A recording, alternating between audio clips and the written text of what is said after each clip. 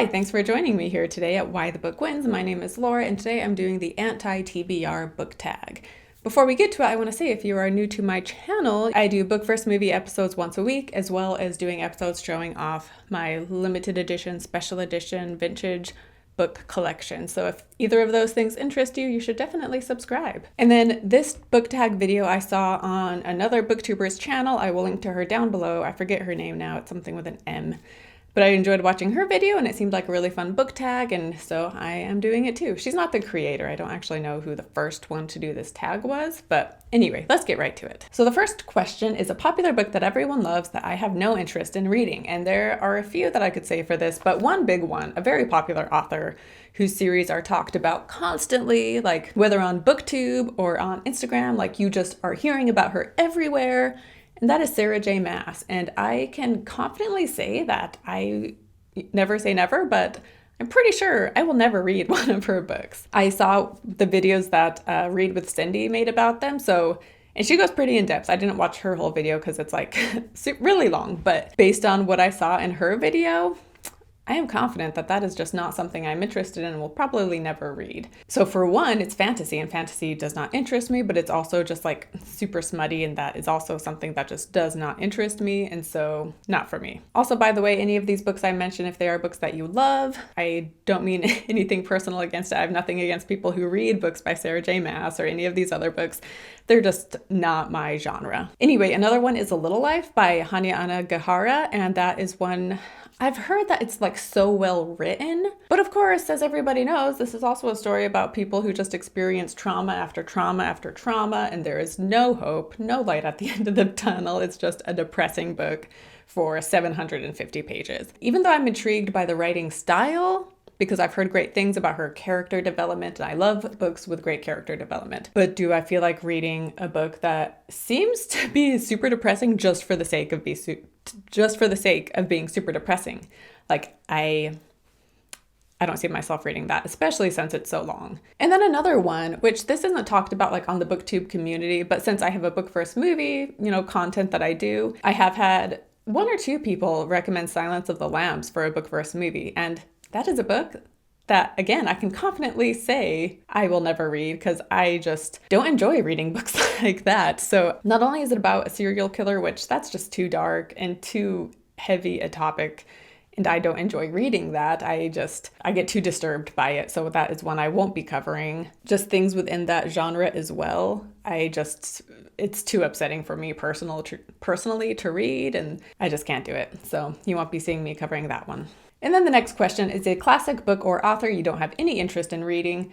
So for the most part, I love classics, and I initially was like, I don't think there's any classic that I would say I would never read. And this one again, like I could see myself maybe reading it, but I'm definitely not in a hurry to read it anytime soon. And there's a good chance I may never read it. And that is Moby Dick. It just seems boring. I know there's like symbolism to it, and it's not just about a guy hunting a whale, but it just seems dense. And I have no interest in reading that. And that's a classic that you always see on the lists of amazing books. As of right now, I don't see myself reading that. And then the next question, an author you have read a couple of books from and have decided their books are not for you. This one most recently would be Colleen Hoover. I read Verity, did not like it.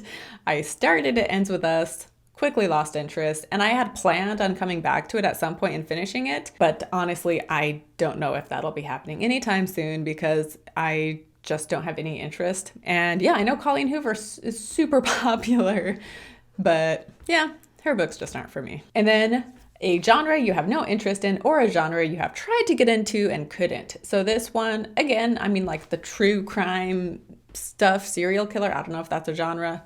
No interest. But also high fantasy is another one. Like I'm not against fantasy. I just am not drawn to it, and especially high fantasy. Like if it's a book that is like a super detailed description on how this magic system works or whatever, or what's going on in this world, and you have to know all this back information, backstory information to understand this world and the creatures or whatever. No interest. That seems boring to me, so I don't have an interest in reading something that's just so intricate. And honestly, like, I tried to read The Fellowship of the Rings like in 2017, I think, and that's another one where maybe he's not going super in depth into like the magic system or whatever, but he does go super in depth like for the hobbits. I think it was like their favorite food was mushrooms, and he goes on and on about why they love mushrooms, and so he's really trying to flesh out these creatures and whatever, but I just got bored, and so I didn't end up finishing it. And so that's just a genre that I don't see myself reading. The Hobbit I've read and I enjoyed because I think it was just more succinct, but yeah, high fantasy. I'm not saying I'll never read them, but as of right now, I just don't have interest in the fantasy genre, which is crazy popular on BookTube, but it just doesn't interest me right now. And then a book you bought but will never read. So I don't buy books unless I've read them. Like 95% of the time, I don't buy a book until I've read it and know I like it. And if I do buy a book that I have not yet read, it's one that I plan to read and assume I will like for one reason or another. So actually, maybe I have one, if this counts. I've talked about this in a few videos, but it is from Mad Men, Sterling's Gold. It is Sterling's memoir, and it's just just like different quotes from the TV show. I've never actually read any of the quotes in this book, and I don't plan on reading any of the quotes in this book because I got it just to have it on my shelf because I'm a fan of the show.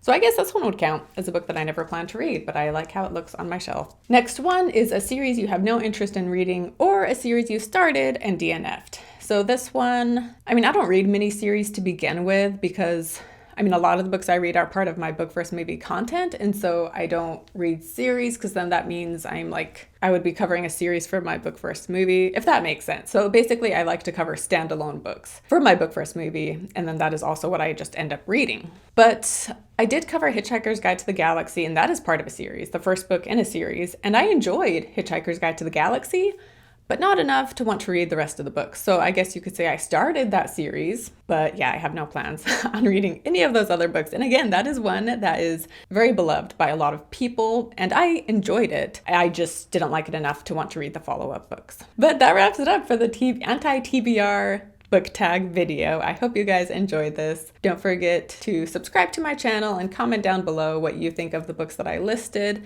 You could try to convince me with some of these if you think they're worth it, but I don't know. I feel like all of the ones I listed, I'm pretty set in the fact that I just have no interest in them at this point in my life. But yeah, anyway, I guess that's it. So thanks for watching, and I will see you next time. Bye.